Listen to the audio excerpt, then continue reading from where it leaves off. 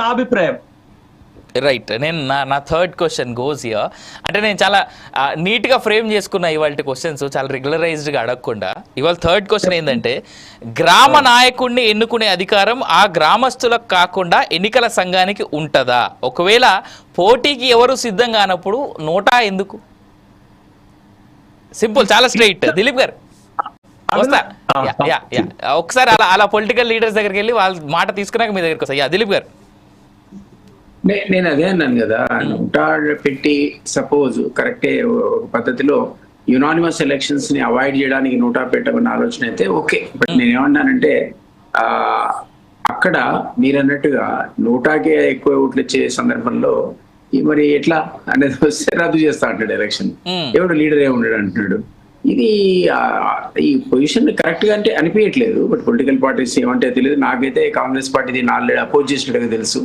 Reforms అనేది ఖచ్చితంగా ప్రతి టైంలో శేషి గారు అన్నట్టు ఆలోచించాల్సిందే. రిఫార్మ్స్ ఉన్న పద్ధతిని బెటర్ చేయడానికి ఎట్లా అన్నది ఏ నాయకుడు లేకుండా ఎట్లుంటాడు అసలు ఊళ్ళో. పబ్లిక్ అనేవాడు ఎవరో ఒకళ్ళకు 10 ఓట్లు 15 ఓట్లు ఏదైనా ఇవ్వచ్చు. 100 కంటే తక్కువ వస్తానని డిక్లేర్ చేయనది కూడా తప్పుగా. 100 కంటే తక్కువ వస్తే డిక్లేర్ చేయన్నాడు.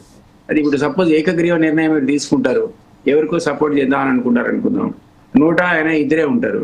చాలా మంది ఏకగ్రీవ నిర్ణయం తీసుకున్నా కూడా అది హైలీ పొలిటికల్ ఉంటది కాబట్టి 100కే ఎక్కువ ఓట్లు ఇస్తారు.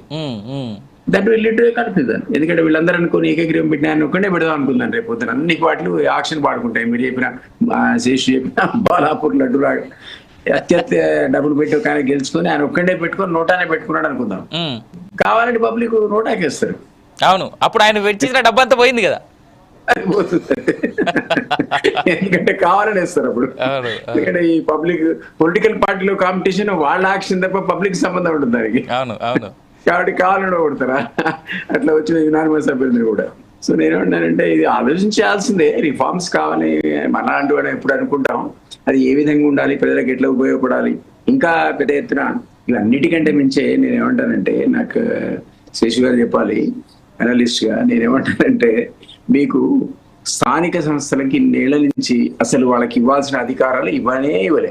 అవును, దేవర్ నెవర్ డెలిగేటెడ్. నాకు తెలిసి 28 జీవోలు ఇచ్చి రకరకాల గవర్నమెంట్లు, టీడీపీ నుంచి మొదలుపెట్టి కాంగ్రెస్ నుంచి మళ్ళీ టీఆర్ఎస్ వచ్చి nobody wants to give them power అండి.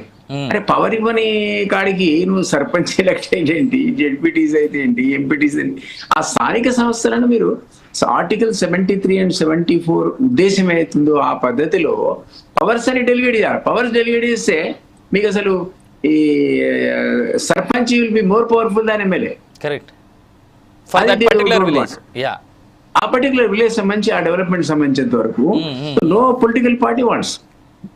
ఖచ్చితంగా వాళ్ళు మీరు చెప్పింది అయినా అధికారంలో చెప్పింది అయినా అనుకుంటారు. ఏ ప్రభుత్వం ఎవరిదైనా కానీ బీఆర్ఎస్ అదే అనుకుంది, ఇప్పుడు మీ కాంగ్రెస్ కూడా అదే అనుకుంటుంది. అట్లయితే ఎట్లా? స్థానిక సంస్థలను ఎన్నికలు పెట్టడంతో పాటు సరిపెట్టి ఊరుకోకుండా వాళ్ళకి ఏదైతే ఆర్టికల్ 73, 74 నిర్దేశించినటువంటి అధికారాలు ఉన్నాయో వాటిని మనం ఇచ్చేయాలి. ఇచ్చేస్తే అది డెఫినెట్లీ చాలా సంస్కరణలు వస్తాయండి. అసలు చాలా విషయాలు అక్కడక్కడే వాళ్ళ లెవెల్లో వాళ్ళు దాని డెవలప్మెంట్ డిసైడ్ చేసుకుంటారు. వాళ్ళ మాస్టర్ ప్లాన్స్ వాళ్ళే తయారు చేసుకుంటారు మైక్రో లెవెల్లో. వాటినే మనం అప్రూవ్ చేయాల్సి వస్తే జెడ్పీ లెవెల్లో జెడ్పీ మాస్టర్ ప్లాన్ జిల్లాకి ఇచ్చారనుకోండి, అది ఫైనల్ ఉండాలి. వాళ్ళందరూ కలిసి ఎలక్టరల్ లోకల్ పార్టీస్ నుంచి వచ్చిన వాళ్ళే ఆ డెవలప్మెంట్ ప్లాన్స్ డిసైడ్ చేసుకున్నట్టు వాళ్ళ అధికారాలు వాళ్ళకు ఉంటాయి. అని ఒకటే అంశం కాదు, రకరకాల వాళ్ళకి సంబంధించిన అధికారాలన్నీ కూడా పక్కకు పెట్టి ఉత్సవ విగ్రహాల పెడదాం అనుకుంటారండి.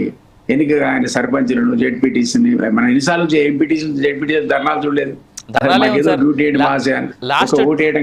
లాస్ట్ 2-3 years గా అయితే we have seen too many సర్పంచుల ఆత్మహత్యలు అయితే ఎన్ని చూసాం మనం. అదే కదా. ఈవెన్ సర్పంచ్లకు కూడా పాపం మాజీ సర్పంచ్ల ధర్నా ఎన్నో మొన్న పేపర్లో చదివా నేను. అప్పుడు టీఆర్ఎస్ గవర్నమెంట్ చేసిన పనులకు డబ్బులు రాలేదట, ఇప్పుడు మా గవర్నమెంట్ లో డబ్బులు రాలేదట, ఆత్మహత్య ప్రయత్నం చేసుకున్నాడు. ఇట్లా లోకల్ బాడీస్ యొక్క వ్యవస్థను అన్ఫార్చునేట్ గా చాలా చోట్ల చాలా స్టేట్స్ లో ఇంక్లూడింగ్ మన స్టేట్ లో నిర్వీర్యం చేశారు వాళ్ళ రోల్ ని. అట్లా కాదు, ఒక పవర్ఫుల్ సిస్టమ్ ని మనం క్రియేట్ చేయగలిగితే అసలు చాలా మంచిది అసలు ఈ సిస్టానికి.